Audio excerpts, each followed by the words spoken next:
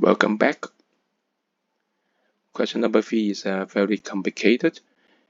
So first of all, look at the question exactly. The question, the last sentence. Okay, what is the minimum force required to move block Y? Okay, and what is the tension in this scenario? First of all, the surface, right? Any friction? Yes, static friction between the blocks and also between block Y and the ground. So always has friction. So when you pull it to the left, the friction on the ground is against you.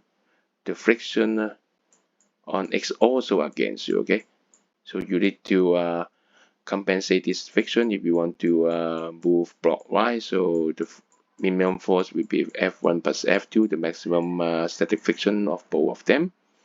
And at the same time, this friction will have a reaction force on X, F2, and who will compensate that is the tension.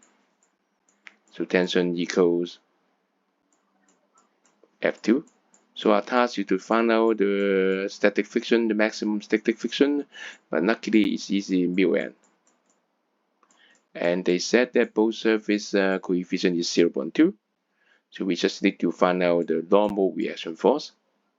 For this surface between X and Y, the normal reaction force just support block X. So it's just the weight of block X, just 10 Newton. So F2 just mu n, also 0.2 times n, so it is 2 Newton at top. At the bottom between Y and the surface, you need to support both X and Y, so 10 Newton and 20 Newton, so altogether 30 Newton.